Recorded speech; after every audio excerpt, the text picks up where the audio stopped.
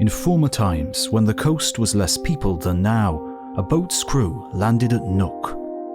They found no people and traversed the fjord to Kangersunek. Halfway up to the east of Cornock, near Kangusak, they came upon a large house. But on getting closer to it, they did not know what to make of the people, seeing that they were not Kalaallit.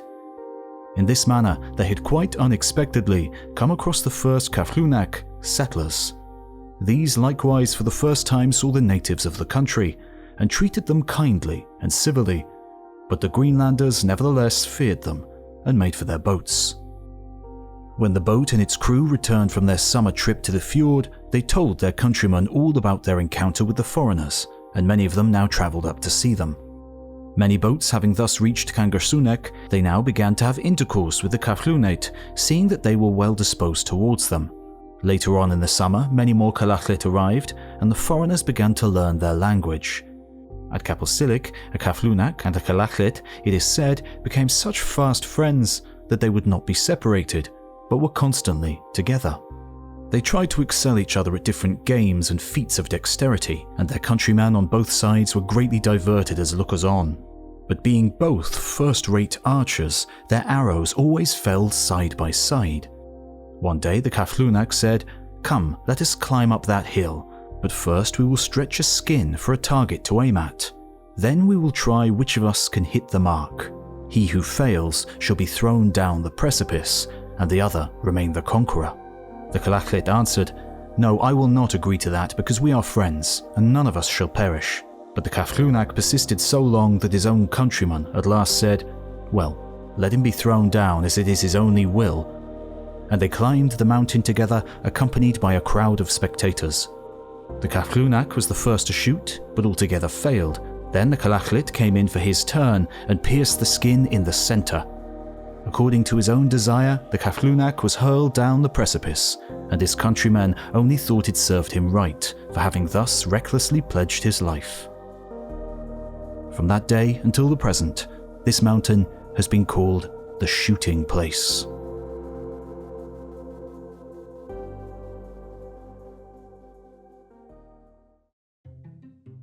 This video is sponsored by Magellan TV. A question a lot of people ask in the comments is, where do I find the sources for Voices of the Past? Well, a lot of them I find using the Internet Archive, an amazing online resource with huge amounts of rare texts in full. And so, my recommendation on Magellan TV this week is a great new documentary called The Bookmakers, which celebrates the history of books and most importantly features that fantastic website pretty heavily.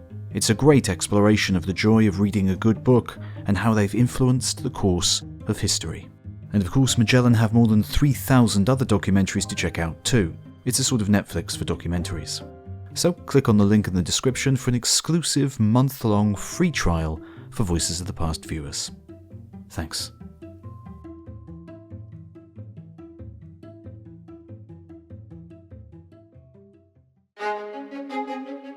About the 10th glass in the afternoon, the African galley, which was sailing ahead of us, lay to wait for us, making the signal of land in sight. And so when we came up with her, we asked what they had seen. On this, we were answered that they had all very distinctly seen a low and flattish island lying away to starboard, about 5.5 miles off, to the northwards and westwards. The necessary information was given to the captain, who was astern, and to the land the name of Pash Island, because it was discovered by us on Easter Day.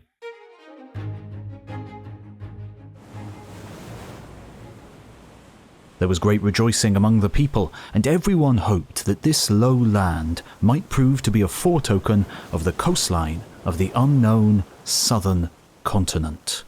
As we had seen smoke ascending in several places from which it might be reasonably concluded that the aforementioned island, although it may be shown to be sandy and barren, has nevertheless human inhabitants, now, therefore, the President moved that it would be culpable to proceed in a careless and negligent manner, and that we should stand off for tonight with our ships, and that on the arrival of daylight we send close into the land 2 well-manned shallops, and show all friendliness towards the inhabitants, endeavouring to see and inquire what they wear, or make use of either as ornaments for other purposes, and whether any refreshments in the way of green stuff, fruit or beasts can be procured by barter. The weather was very variable, with thunder, sheet lightning and showers. During the forenoon, Captain Bowman brought an Easter Islander on board, together with his craft, in which he had come off close to the ship from the land. He was quite nude, without the slightest covering for that which modesty shrinks from revealing. This hapless creature seemed to be very glad to behold us, and showed the greatest wonder at the build of our ship. He took special notice of the tautness of our spars, the stoutness of our rigging and running gear, the sails, the guns, which he felt all over with minute attention, and with everything else that he saw, especially when the image of his own features was displayed before him in a mirror, seeing the which he started suddenly back, and then looked towards the back of the glass, apparently in the expectation of discovering there to be the cause of the apparition. In the morning, we proceeded with 3 boats and 2 shallops, manned by 134 persons, all armed with musket, pistols, and cutlass. After thus disposing our forces, we marched forward a little, to make room for some of the people who were behind, that they might fall in with the ranks. Quite unexpectedly, and to our great astonishment, 4 or 5 shots were heard in our rear, together with a vigorous shout of it's time, fire!"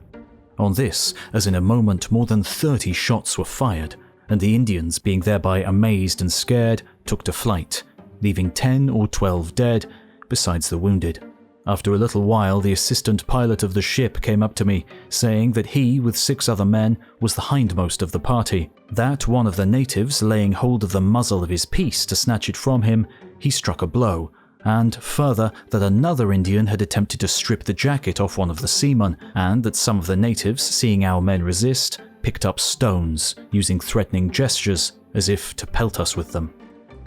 After the astonishment and terror of the natives was somewhat allayed, on their seeing that our hostilities were not persisted in, they were given to know by signs that the victims had threatened to make an assault on us by stone throwing.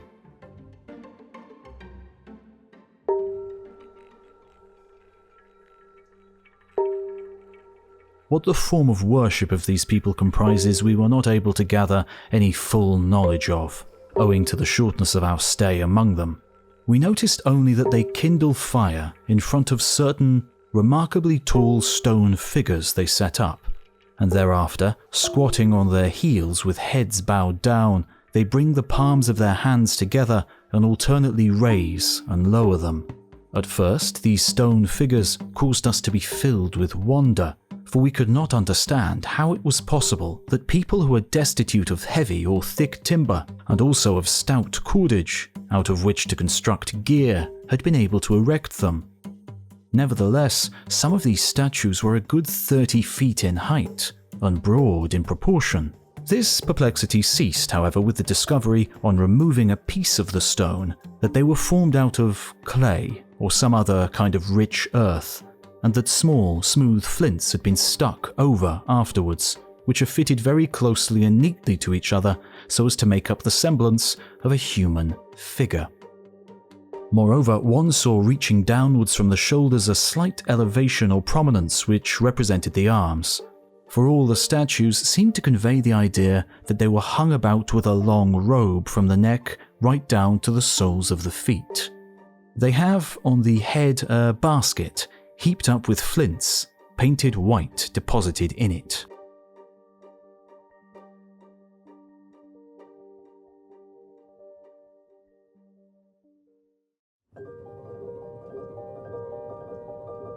The country, to which I have given the name the Arctic Highlands, is situated in the northeast corner of Baffin's Bay, and towards the extremities is reduced to nothing. It is bounded on the south by an immense barrier of mountains covered with ice. This barrier is impassable, and in many places the solid ice extends for several miles into the sea from the precipices from which it is connected. The origin of the Arctic Highlanders is a question as of yet involved in peculiar obscurity. They exist in a corner of the world by far the most secluded which has yet been discovered, and have no knowledge of anything but that which originates or is found in their own country.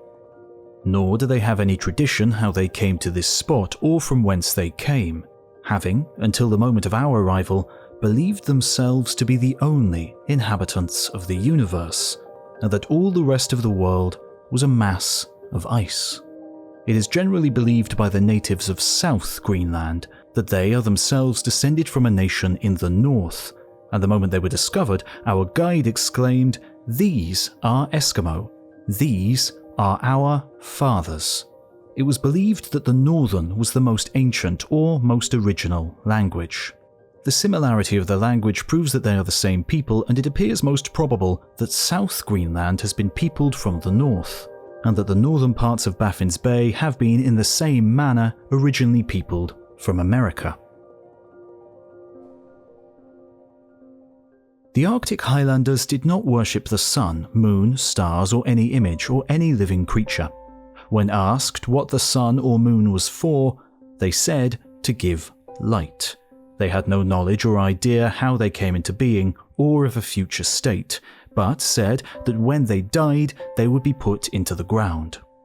Having fully ascertained that this man had no idea of a supreme being, I proceeded to inquire if he believed in an evil spirit, but he could not be made to understand what it meant. The word Angakok, which means a conjurer or sorcerer, was then pronounced to him in the South Greenland Eskimo language. He said they had many of them, that it was in their power to raise a storm or make a calm and to drive off seals or bring them, that they learned this art from older Angakoks when young, that they were afraid of them, but they had generally one in every family. When this man was told that there was an omnipotent, omnipresent and invisible being who had created the sea and land and all therein, he showed much surprise and eagerly asked where he lived. When told that he was everywhere, he was much alarmed and became very impatient to get away. When told that there was a future state and another world, he said that a wise man, who had lived long before his time, had said that they were to go to the moon, but that it was not now believed, and that none of the others knew anything of this history. They believed, however, that birds and other living creatures came from the moon. Although there is certainly no proof whatever that these people have any idea of a supreme being, or of a spirit, good or bad, the circumstances of their having conjurers, and of their going to the moon after death, are of a nature to prevent any conclusion from being drawn to that effect, especially as it must be evident that our knowledge of their language was too imperfect to obtain the whole of their ideas on the subject.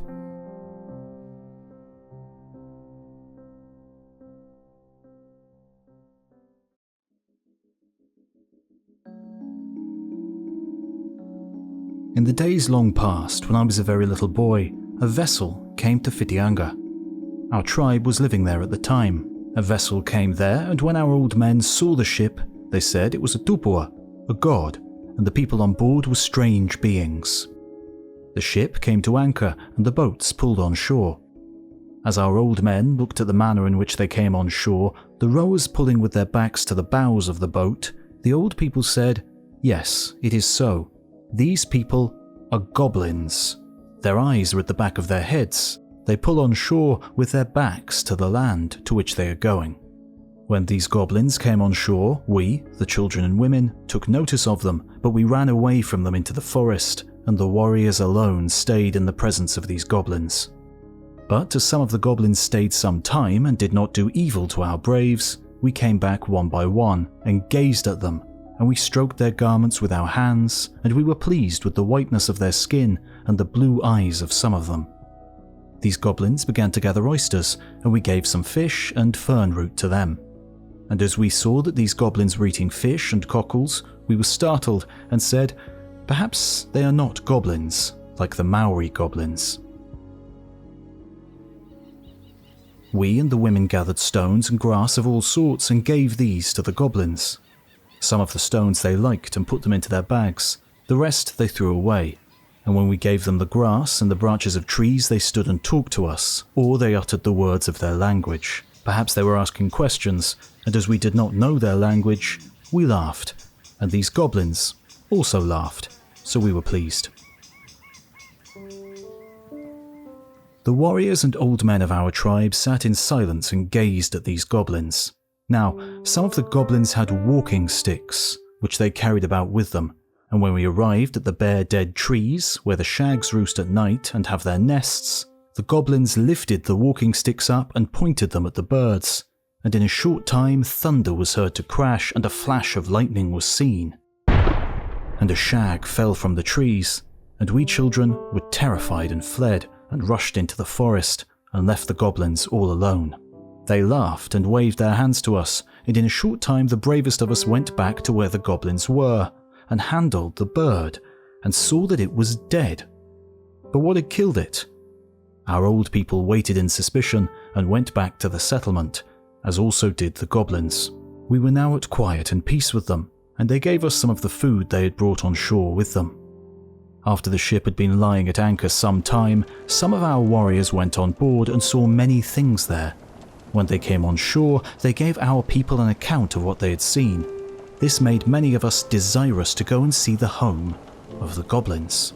When we got on board the ship, we were welcomed by the goblins, whom our warriors answered in our language. We sat on the deck of the ship, where we were looked at by the goblins, who, with their hands, stroked our mats and the hair of the heads of us children. At the same time, they made much gabbling noise in talking. They held up some garments and showed them to us, touching ours at the same time. So we gave them our mats for their mats, to which some of our warriors said "ka pai," which words were repeated by some of the goblins, at which we laughed, and were joined in the laugh by the goblins. One of our tribe was killed by the goblins who first came to Whitianga. This man was a noted thief and took a dogskin mat to sell to the goblins. There were 5 of them at the stern of the canoe and 4 in the bow, and this thief was with those in the stern. When they got alongside of the ship, the goblin who collected shells, flowers, tree blossoms and stones was looking over the side. He held up the end of a garment which he would give in exchange for the dogskin mat belonging to this noted thief. So the thief waved with his hand to the goblin to let some of it down into the canoe, which the goblin did. And as the goblin let some of it down into the canoe, the thief kept pulling it towards him. When the thief had got a long length of the goblin's garment before him, and beckoned with his hand to the man to give the dogskin mat up to him, but the thief did not utter a word, and began to fold up the dogskin mat with the goblin's garment into one bundle, and told his companions to paddle to the shore. The goblin went down into the hold of the ship, but soon came up with a walking stick in his hand, and pointed with it at the canoe which was paddling away. Thunder pealed and lightning flashed, but those in the canoe paddled on. When they landed, 8 rose to leave the canoe, but the thief sat still with his dogskin mat and the garment of the goblin under his feet. His companions called to him, but he did not answer. One of them went and shook him, and the thief fell back into the hold of the canoe, and blood was seen on his clothing, and a hole in his back. He was carried to the settlement, and a meeting of the people was called to consult on the matter, at which his companions told the tale of the theft of the goblin's garment, and the people said, "He was the cause of his own death, and it will not be right to avenge him. All the payment he will obtain for his death will be the goblin's garment which he has stolen, which shall be left to bind around his body, where it is laid." His body was taken and put into one of the ancient cave burial places. Not any evil came from this death, and we again went to barter with the goblins of that ship, and the goblins came again and again on shore. Nor was there one evil word spoken, or any act of transgression on our part, for that death.